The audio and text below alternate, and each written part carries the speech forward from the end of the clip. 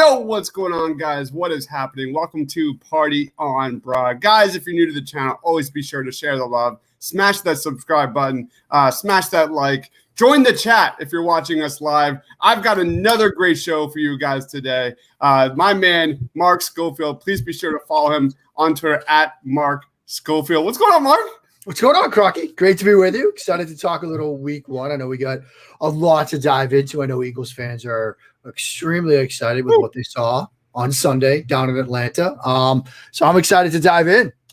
Yeah, today we're talking a lot of Jalen Hurts. We're talking a lot of Nick Sirianni. Looking ahead to the San Francisco Niners game, week 2. Let's jump right in. Before we get into Jalen Hurts, though, Mark, what are your overall thoughts on our first look at Nick Sirianni's offense? Go ahead, man.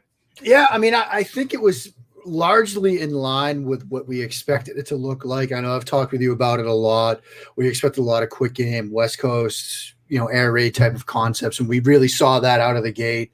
You saw a lot of design throws, a lot of quick game concepts. I mean, you could look at, really the first throw of the game. It's just basically, go flat. I mean, haven't watched. I mean, the first throw of the game was a designed flat route. But having watched all the quarterbacks that played in week 1, I can't tell you how many times I saw teams running that kind of concept. You're seeing a lot of, like I said, quick game stuff, go flat, design throws, design swing routes to players. Like sometimes we call them shield screens. But then he started layering in some stuff. I think one of my favorite designs was the 3rd and long conversion that they had late in the game where, 3 receiver bunch look to the right. Yeah, the deep sort of vertical route. I mean, a deep curl, from Devonta Smith, who was the outside receiver. Middle church receiver runs a deep corner, and then a receiver to the flat, so it sets up a 3-level read. So they were working some more vertical stuff into this game, but it was very much we're going to get the ball into his hands, we're going to get the ball out of his hands, we're going to attack quickly, and maybe they thought, look, that's a game plan thing. I know there's been a lot made of 3.8 yards per attempt.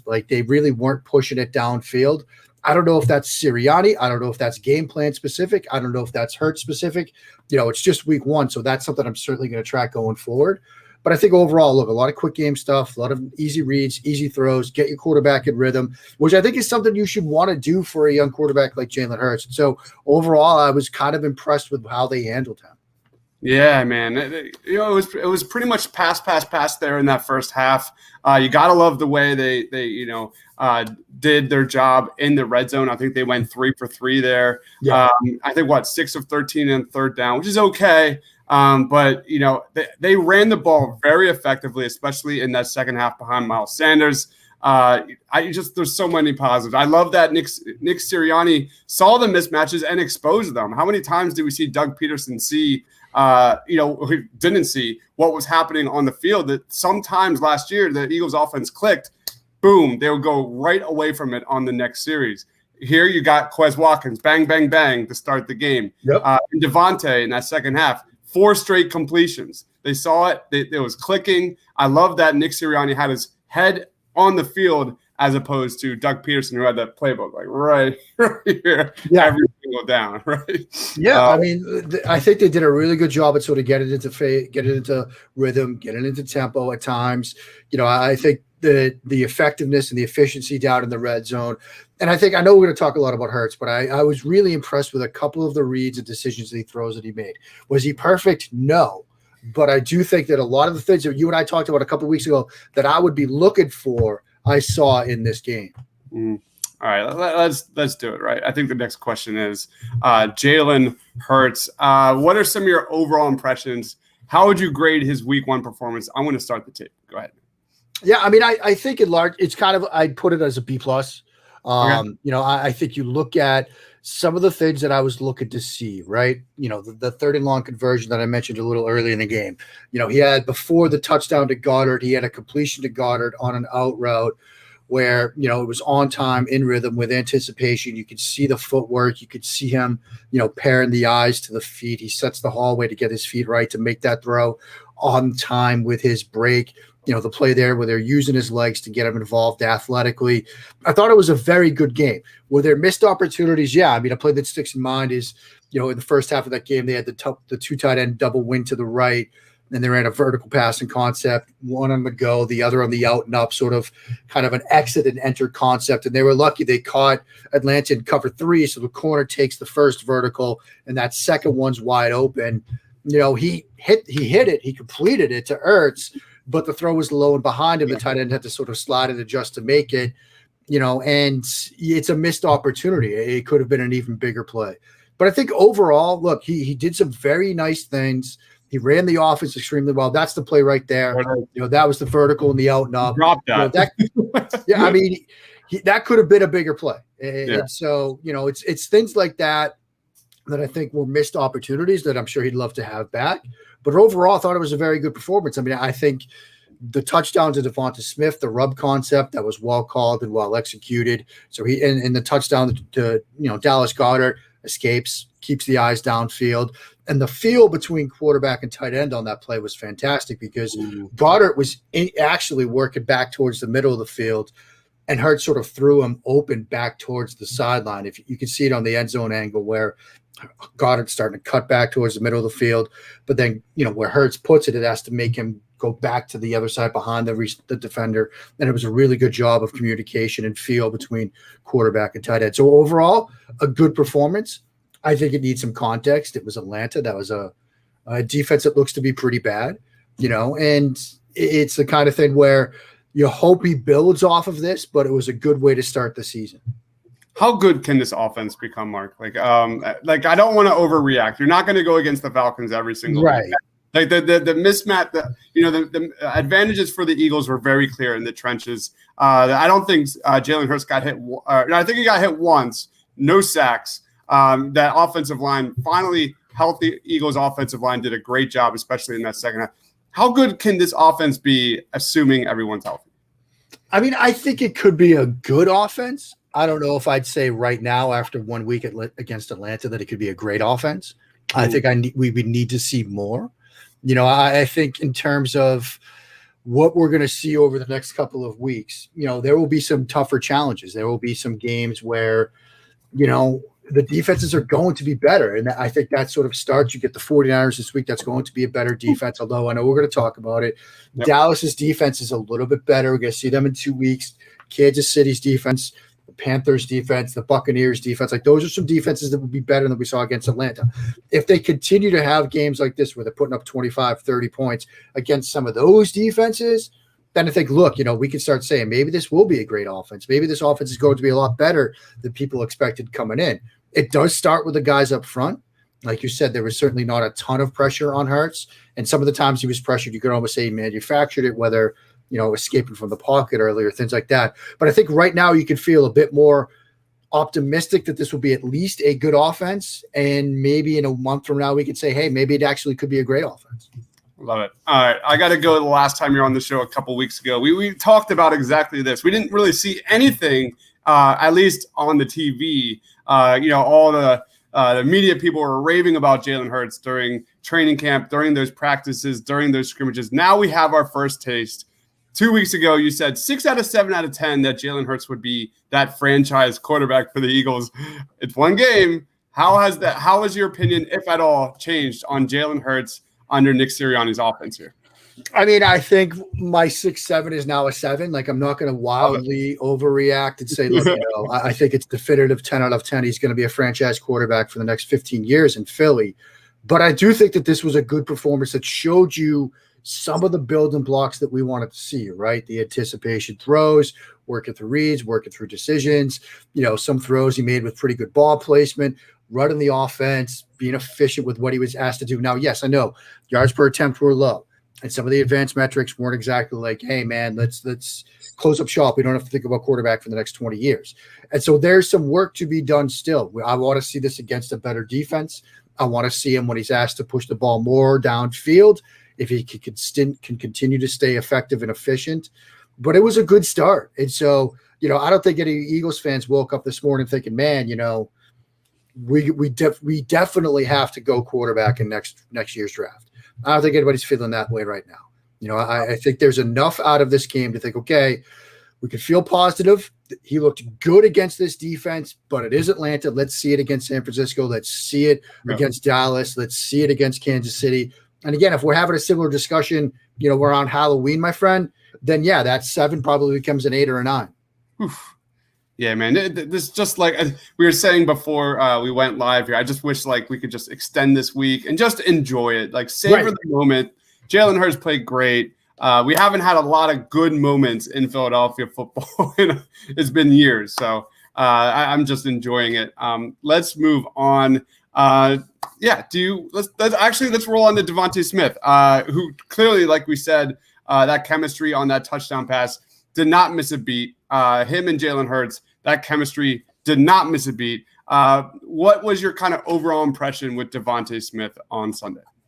I thought he showed a very good skill set for a rookie wide receiver. Some kind of like what we expected, right? Very good, clean release, came off the line of scrimmage. He had good feel for zone coverage.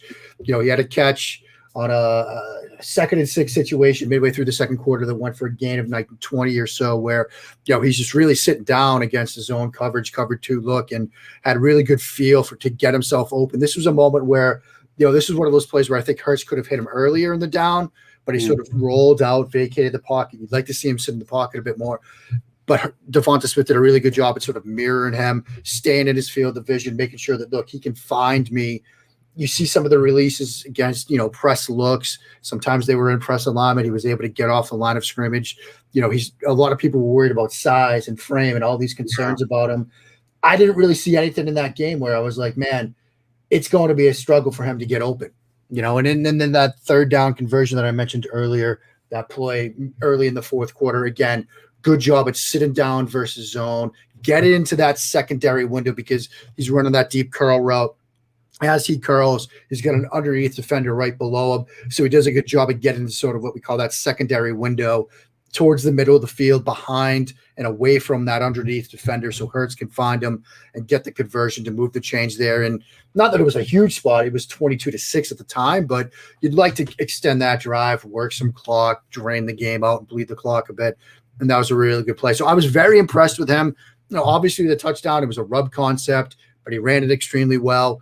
Hurts made a good read there. Ertz did a really good job on his end, selling the route, putting his hands up like he didn't really pick the defender. But Smith still had to run the route and finish the play, and he did. So in all, I was very impressed with him. I thought it was a great debut for him, and I'm excited to see what he does in the next couple of weeks. I think you're muted, buddy. I love the comment after the game when he straight up said, hey, when did you know you were going to get a touchdown? He was like, man coverage. When they gave me man coverage on that rub route, and that was terrific. I love the confidence that just oozes. Yeah, and he's right, though, because, you get man coverage in that situation. It's really just, okay, how are we going to throw this, right? You get that rub concept, and if the defender tries to go over the top of the rub, try to avoid it that way, you can turn it into a back shoulder throw. That's what I would have been curious if Hurts would have hit on that. If he tries to come underneath it or through it, that's when you throw it over the top. And that's exactly what happened. The defender tried to go through it, couldn't get there, so it allowed Smith to get that separation. But yeah, you should, when you get that concept called, that's inside slot receiver that's running that vertical, that wheel, you should know, hey man, we get press coverage, we get man coverage. This should be a touchdown. This should be 6. That's the mindset you should have before the snap on that kind of design. Awesome. Any other final takes before we move on? Eagles versus Falcons. Final takes, final thoughts? I think the offensive line did a tremendous job. I think this was sort of a nice team win. I think you could look at players on all levels of the field on the offensive side and just say, look, everybody did their job. They kept Hurts clean for the most part. Sometimes the pressure is manufactured. Receivers did their job. It was great to see the touchdown to Rager. I thought that was a nice little design. And Hurts did a really good job on that play too, because he had pressure at his feet, sort of that, RPO look when then you throw in the tunnel to the outside, to the left side. He had some pressure at his feet, had to stay upright to make that throw, was able to get it out. So I think a very good team win, something to build on, something to roll into. You never want to lose week 1 because you're going to turn things around quickly, but now nice little team win, but you're going to start thinking about San Francisco here pretty quickly. All right, let's do it. Eagles versus Niners next week. Both teams are 1-0. I can pretty confidently say Jason Verrett's out. Did he get the torn ACL? I've worked all day. Is that official? Yeah. He's out now for the year. And so, somebody that just keeps getting hit by the injury bug, you feel for him. But the game goes on. It's going to be a next man up situation for San Francisco. All right.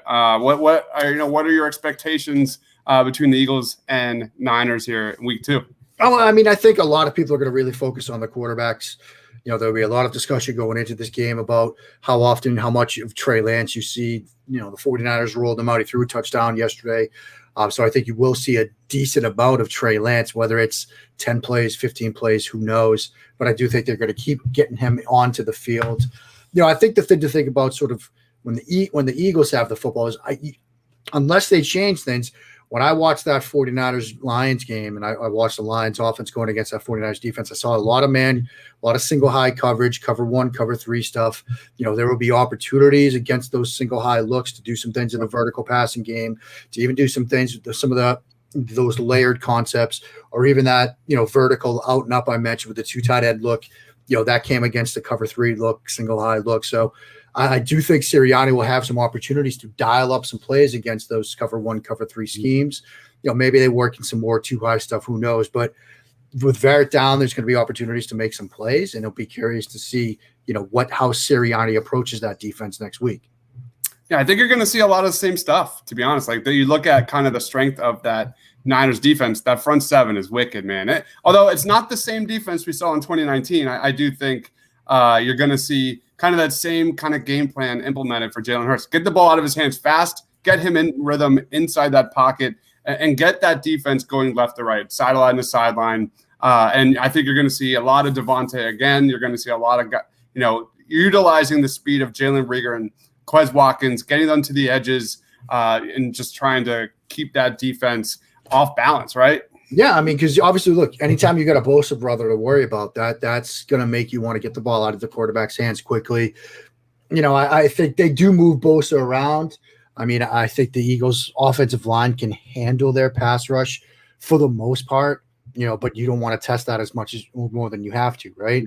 I think it's kind of game where you want to stay ahead of schedule. You don't want to get into 2nd and long, 3rd and long situations where guys like Bosa and the rest of those guys up front can pin their ears back.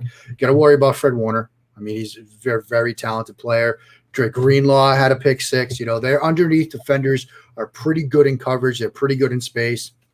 They can do some stuff in man coverage as well in terms of handling tight ends and running backs. And so this is going to be a much stiffer test than the Eagles saw against Atlanta. It's a better defense. They have some guys that can play up front. They might be a little bit thin right now in the secondary, but they've got a good front 7 that guys that can play against the run and the pass, the kinds of players that you need in today's NFL to be a good defense. Yeah, honestly, if the Eagles are able to be competitive with the Niners, if they make it a game, I'm going to be really happy come Sunday. If this is like what we should expect every single Sunday from the Eagles and they make this a competitive game, dude, I'm good. Like, in terms of like how I expected this team, at the start of this season, I would be 100% good. Game prediction for Niners versus Eagles. What's your way too early prediction? Yeah, way too early prediction. I mean, I'm not probably going to make Eagles fans happy this one. I'll say 20-17 San Francisco. I think it's going to be close. I think it's going to be a 1-score game. I mean, I was very excited to see some of what we saw from Jalen Hurts. I was very excited to see some of what we saw from this offense. I think this offense could be good, but it's going to be a tougher test here. I think San Francisco with Kyle Shanahan, they're going to do some things offensively. They're going to stress the second-level defenders. You're going to see some stuff with Trey Lance. They'll get him on the field. They'll run some of that counter bash, very similar to what we might see tonight here in an hour from the Baltimore Ravens, where you've got running back potentially going one way, pullers going the other way, quarterback can do whatever he wants with the football. That's how they got Trey Lance involved during the preseason. I think we'd see a bit more of that. And so, it's going to be a tough game. It's going to be a much tougher game than what we had this past Sunday, but I think the Eagles keep it close. Sitting here right now, I think the Niners win by 3, but who knows? I mean, ask me later in the week, I might have a different answer. What's your take on the Falcons game? Were the Eagles that good or were the Falcons that bad? Like, who won that game? I mean, I think the Eagles won that game, but I think Atlanta, I mean, this is overreaction Monday, and this is what we do, right? We build everything up over the course of a spring and summer. Now we finally get the first week of games, and we wildly overreact to everything. I mean, that's just the nature of the business. I mean, you've got people that should be fired already. You've got quarterbacks that should be benched already. But Atlanta didn't look good yesterday. They looked bad on offense. They looked bad on defense. I think they'll sort things out. I think they're better than that first game showed. So I do think the Eagles won that game, but I do want to see Philadelphia get tested by better teams on both sides of the ball before we can say definitively, look, man, this team's going to be a lot better than people think. And maybe, just maybe, they surprise and make some noise in this division. It's tough to win on social media because if the Eagles win 32-6, and then everywhere you hear it's the Falcons. Well, it's funny how narratives change. Like, I'm pretty sure all Falcons fans were like, "It's the Eagles. We should wipe them out." One game in and they're leading the division. I mean, not every team can say that, so they've got that going for them. And one of these teams in the NFC East, whether it's the Giants or Washington football team, is going to be 0-2. Come Friday, and it is early. But you never want to start 0-2. The even though we're switching out to the 17-game season, numbers will be different. But historically speaking, teams that start 0-2 rarely make the playoffs. It's almost what we sometimes call these week 2 elimination games, because the record of 0-2 teams making the playoffs is so thin. And it's it's going to get early. It's going to get late early for one of those two teams come Friday morning. Mark, thank you so much for joining. As always, I think it's like the 4th time now. Yeah, man. I'm a regular now. I'm loving it, buddy. Where can we find you, man? What do you got going on, dude? Well, on social media, on Twitter, at Mark Schofield. I do a lot. Once now that we're in season, you see a ton of I do 3 throws with Sco, where I look at quarterbacks on Twitter and I break them down X's and O's style. It's tough to get everything in 2 minutes and 20 seconds. I mean, Twitter doesn't give us a lot of time on videos, and so I try to jam as much information as I can into these. I did one on Hurts today.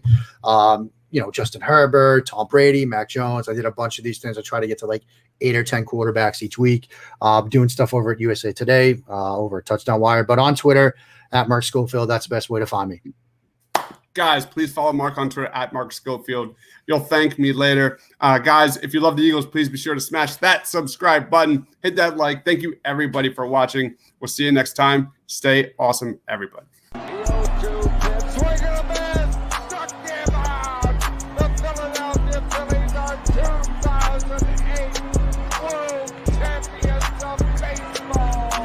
the Sixers win it! Wow!